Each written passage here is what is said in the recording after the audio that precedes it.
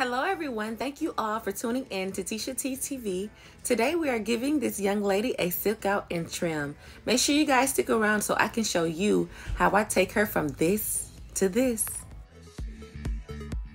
Oh yeah, I'm on my road to 1,000 subscribers, so don't forget to show your girl some love and hit that subscribe button.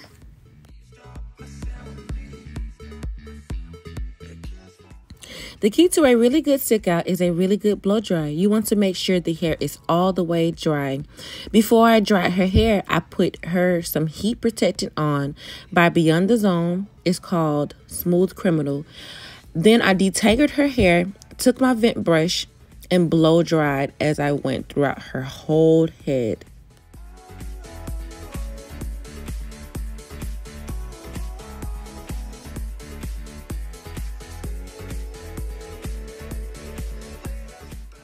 This is the heat protectant that I used, Beyond the Zone Smooth Criminal.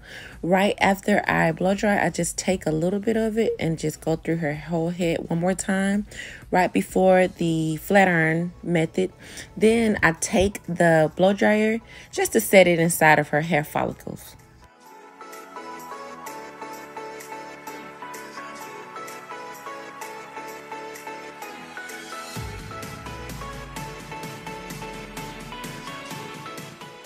And now my favorite part of the hairstyle, which is flat ironing. She has a lot of small little hairs around the perimeter of her entire head. So what I like to do is make sure I get those hairs as well. So I use the smallest flat iron that I have, which I think is a 1/2 inch by Red by Kiss. And I just be really careful and by separating those hairs and then just flat ironing them. Just like you do as you would, do your normal section. But I just be really careful. If you're not used to, using small flat irons on small pieces of hair, I suggest you not do this. So I'm a professional, so I just, suggest that you do this if you are a professional or if you have many years of doing hair under your belt.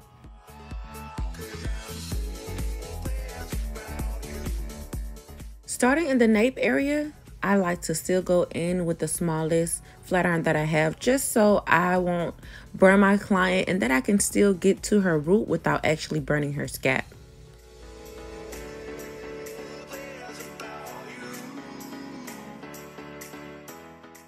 With my parts, I wouldn't say that they are 1 inch, but just probably under 1 inch. I like to grab enough hair so I can get to the roots. It's all about that root when you're flat ironing. What sense does it make to have a straight shaft of the hair, but then your root is nappy? No, ma'am.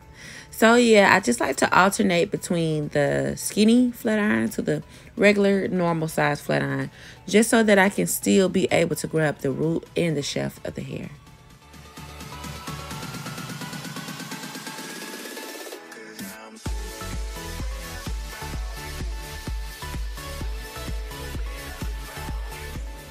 When you are flat ironing the hair, make sure you are taking your time. You don't want to speed or you don't want to go too slow, as speeding will cause the hair not to receive all of the heat from the flat ironing, and going too slow may cause burn.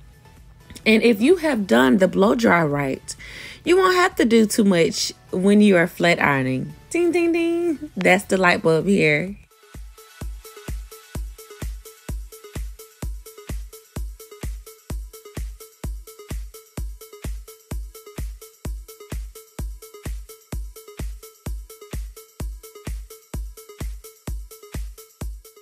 As you all may notice, her hair is really short on this side, and I was so sad because she has beautiful long hair all over her head, but in this one section, it was like it was cut or maybe have broken off.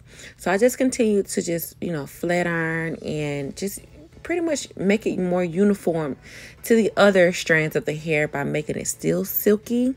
That's the thing about having a silk out. You can pretty much make it uniform just long as every area is silked out perfectly.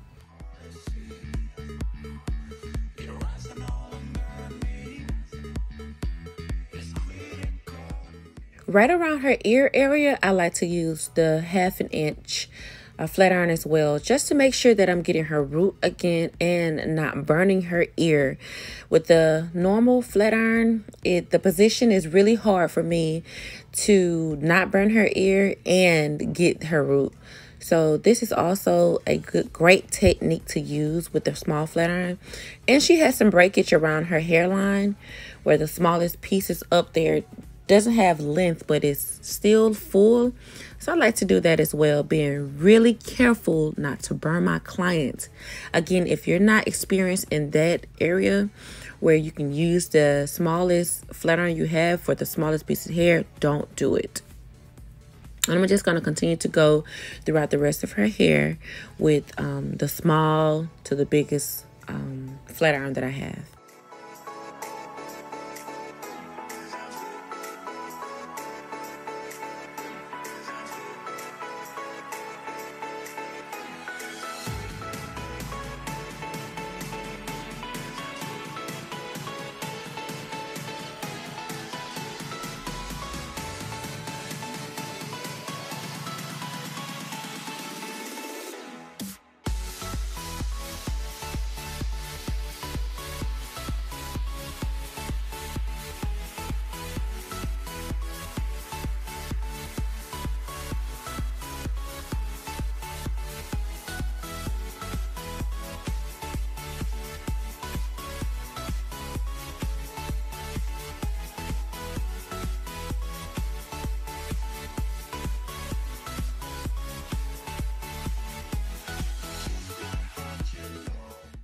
As you're combing her hair in the process, you should see it snap back exactly like this. I mean, not stiff, moving, bouncy, and shiny. As we are finishing up the last couple of pieces, we're going to trim her next, and she asked for light curls, so make sure you guys stick around.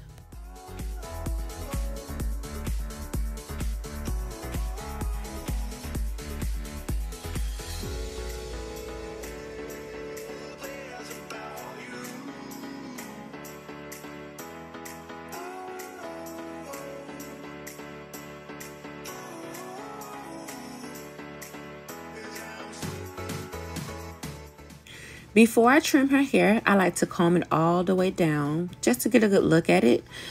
On this part, I'm evening it out, not taking too much off, just so that I can get a better look at her split ends as I am going throughout her entire head.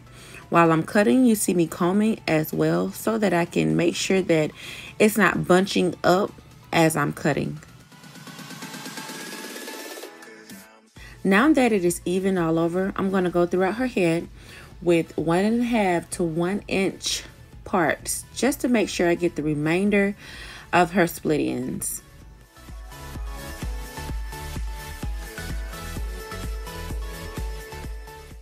I'm going to skip explaining this part and let you guys just watch. I was taught this in cosmetology school, and honestly, it's not easy to learn just by watching.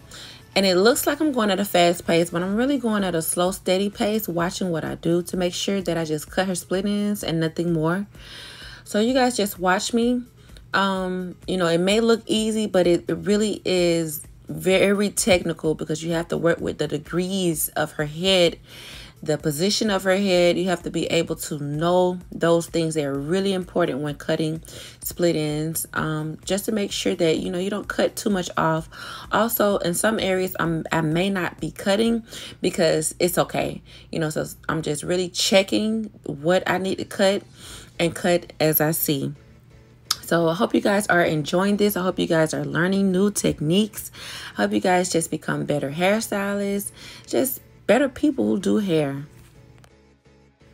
As I'm cutting, you can see her hair is already looking so much better.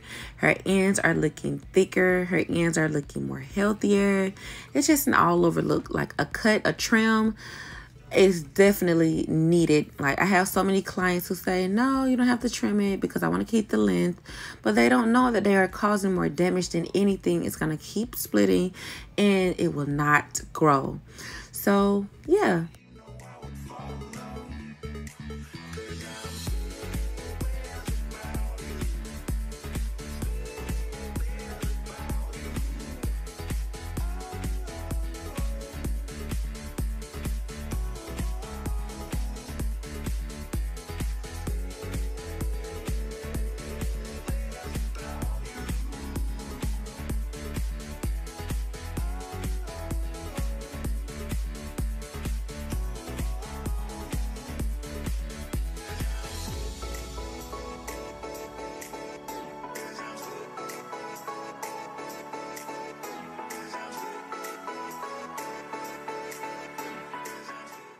Look how pretty this is. Oh my goodness, y'all. It is beautiful. Her cut, or her trim. I keep saying cut. Her trim, the shininess, the flowiness, every single thing about it. Now, we're going to give Sister Girl some light curls per request.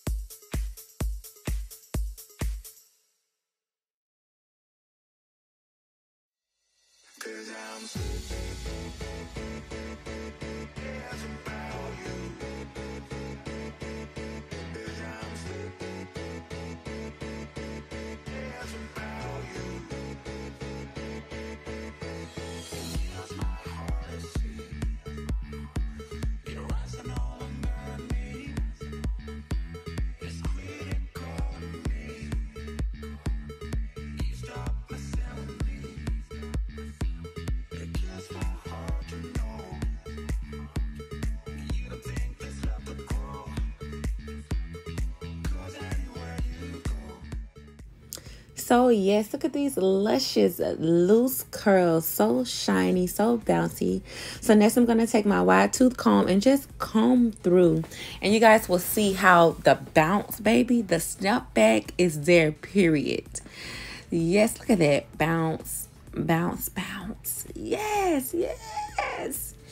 So if you guys are in the Albany, Georgia area, don't be shy, stop by. I can lay you from the lace material all the way down to that natural hair. And it is very important to keep your hair at its natural state, at a good, healthy state, while you are getting your wigs, lace, or just anything dealing with weave. But this young lady came in, she wanted a silk out, so I gave her that silky, luscious, shiny silk out. I hope you all enjoyed. I hope you all learned new techniques, and I hope you all become better hairstylists within yourselves. It's Tisha T TV. If you are here for the first time, thank you all for your support, for watching. Don't forget to subscribe and comment. Also, I would love feedback. Let me know some things that you want to tell me or ask me. Thank you all once again for tuning in. It's Tisha TV, and I am 5,000 Audi. That was lame, but yeah.